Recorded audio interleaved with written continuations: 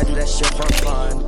For every meal, I pop a pill. I do that shit till I'm dumb. Welcome back to the channel, everyone. What I'm going to be doing in today's episode is a full in-depth analysis of episode 1 of the Netflix anime. Even though there's some criticisms, you know, they changed some of the plots and the elements, we're going to be talking about it all. I'm going to try to get through every single episode, but we're going to be starting with number 1. I think this was really good.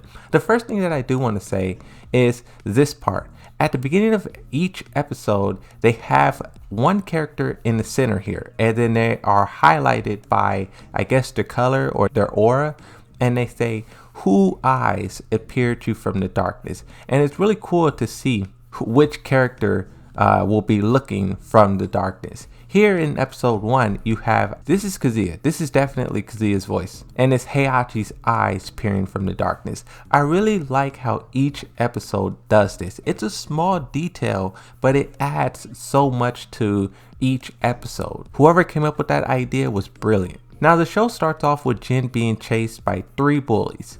They're beating him up, and you can see here he's blocking. Like, he's not fully just like getting beat up, but it is 3-on-1, and he's not really fighting back until he loses control of his anger. So you can see, even at the start of the show, he is still trying to implement what Jun Kazama is teaching him. And also, he still is struggling with those teachings because he gets up, gets angry, and he kicks him. I think that's really cool how the show starts off and there's already progress. He's already Jin. The intro for this is amazing. You have these sort of Mishima style arcade cabinets, and they sort of flicker with the sound of the music.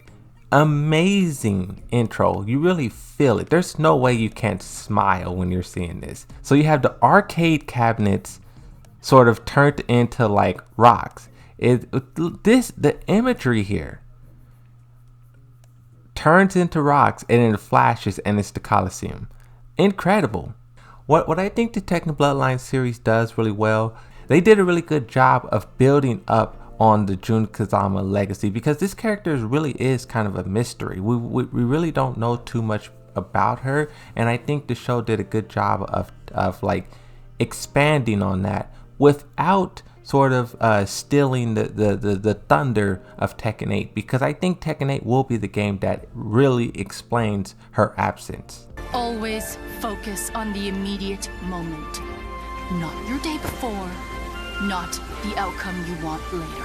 Focus on now, not the day before, not after, but right now. I really love the wisdom that she's dropping, and if you pay attention to it, it's really similar to what Heihachi is saying too. The things that Heihachi said, even though it's more blunt, it's more aggressive, at the basis of it, it's kind of the same thing, which shows that even though Heihachi and Jun Kazama, they're different in sort of good and bad and all that stuff, overall the teachings is kind of the same. You can counter any opponent's size and strength with surprise and technique.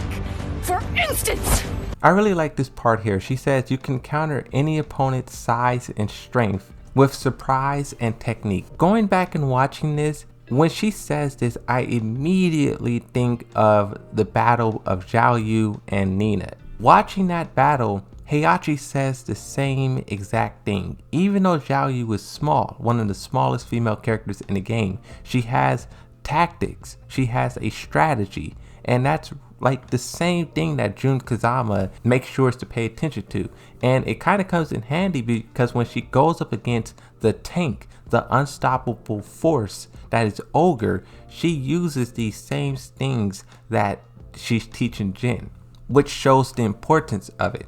I really love how this move, this sort of overhead somersault roundhouse double kick, I don't know what to call it.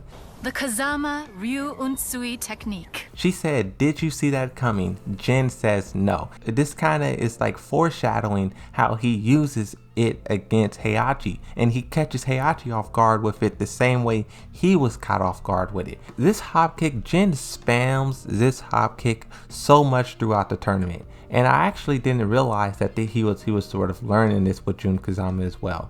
So you have the scene here with the drunken man and Jun Kazama. We saw Jin beat up the people 3v1, and then you have the drunk father shows up having one too many beers. This part here was so tight.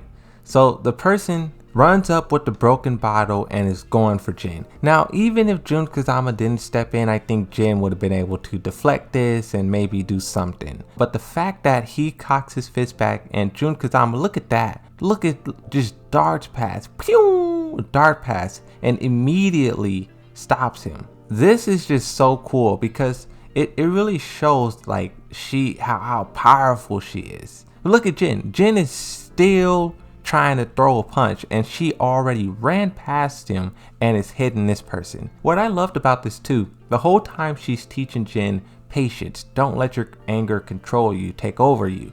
But as soon as she feels it's going too far or the battle start, she attacks. No hesitation, immediately, boom, stops it. Threat is over. Incredible. One criticism that I have of this show is that we wasn't given enough Ogre. Not enough Ogre. And here Jun Kazama says demon, but I wonder why. I wonder what has she seen in her past that tells her demon? Because if you see, she's just listening to the sound. The blinds or the curtains is closed. So she must have known or heard this before. Something like this. I love here too how Ogre kind of like floats in, hovers. Wow. Ogre looks incredible. I know there was some criticism about him looking like a buff child, but I don't care. This part here was really cool. Seeing Jin, first he was inside struggling with the fact that he is told to sit there. All he hears is the battling, the fighting outside. And then he finally is like, screw that, I'm going out there. And he actually lands a pretty sweet kick on Ogre. This is the same kick that he used on the bully. And we saw what it did to them. Knocked out the tooth. But for Ogre, nothing. He doesn't even flinch. Another thing about the Ogre, we really don't get the motives of this character. We know he's going around and attacking powerful fighters and trying to steal their powers, their abilities, but that doesn't really say much about like why. He senses Jin, he's fighting Jun Kazama, and then once Jin shows himself, he's like, oh, this lady isn't the one I'm looking for, tosses her and goes for Jin. I just wish there was a little bit more explanation as to why Ogre is going around doing this and what his end goal is. Here we can kind of see what she was telling Jin. Even though she's so much smaller than him, she's still very agile and on her toes, trying to be aware because one of these blows will knock her out. And she's trying to use like just agility to stay ahead. This punch right here was really cool. Charges up that purple mist, blows up the whole side of the house. I honestly don't know how Jun Kazama survives this. Incredible. One thing that I noticed here, so Jun Kazama stands up and she wags her finger and she says, come on, come get some. But later in the series, we see Jin do the same exact thing. I believe it was to Heihachi. But the funny thing about this, Jin is actually laying on the ground unconscious right now. He's laying on the ground unconscious, face the other way. So how would he see Jun do this and knows to replicate this later on? It's a small inconsistency, but I did just want to point that out. This is a in-depth analysis. I just thought that was fascinating. Now here's the introduction of this propane tank type of thing. I was on the live stream just a couple hours ago and I was talking about this. One, I think this is kind of a contrived way of exploding or sort of capping off the scene, but at the same time it kind of makes sense. You're in the middle of a forest, you have a house, and you're limited on a number of ways the battle can end. But I also think the way it does end, it has a lot of meaning here. Jun Kazama is sort of fighting off this demon and is trying her best to win. She knows that she's not going to escape. Just look at the look on her face. She knows it's over. And as the propane tank blows up, boom, big explosion. On the live stream, we were talking about how, wait. Oh my god. So someone on the live stream said Ogre teleports away. And if you look here, you can see. You see that? Teleports and is gone. We always wonder where Jun Kazama went, but I think she teleports with Ogre and she's in that whatever void just stuck there. Because you have to imagine, it's very likely that once Jun Kazama goes there, she just gets corrupted because maybe humans aren't supposed to be there. We see in Tekken Tag Tournament 1, even though it's not canon, she has this sort of wolf sort of puppeteering her, controlling her in a sense. And I think that is possibly what happens. Teleports into that void and then maybe the wolf gets some sort of control of her. I just think that's interesting. I didn't actually see the teleportation until now. Then you have the moment here where Jin stands up and he's probably really tripping too, because when he got knocked out, the house was on fire, yeah, but it was still kind of standing. But now that the house is completely demolished, he's probably like, what happened here? And I think this is why he comes to the conclusion that she died. In this moment, I really feel for Jin, because it's like, what do you do here? What do you do in this moment? You were just having dinner with your mom and now she's gone. And your house is on fire. It's like, what do you do? The only thing you can do is go to Heihachi. That just sucks. So here we have, this is the Mishima Zaibatsu Tower. Jin is trying to sneak into the building. They say it's the 3rd time this week. If you look at him, he hasn't even showered. This guy got straight off the fight with Ogre and Jun Kazama, and he's just been for the past week trying to get into the Mishima Zaibatsu building to speak with Heihachi, to talk to Heihachi. And Ganryu finally gets a hold of him and it's like, okay, what's up with this kid? This kid is non-stop trying to get in the building. And as he's taking him up the elevator to talk to Heihachi, he says Jun Kazama, and that immediately startles Ganryu. He's like, Kazama? One thing about Tekken Bloodline, I feel like Ganryu is kind of underused. He kind of acts as this sort of henchman, but he really doesn't even do much. My mother sent me here to find you. I'm Jun Kazama. How when he says Jun Kazama, everyone kind of changes. We saw Ganryu gets startled in the elevator, and then him saying Jun Kazama is the only reason Heihachi stands up. Before that, Heihachi sat down and was barely even looking at Jin.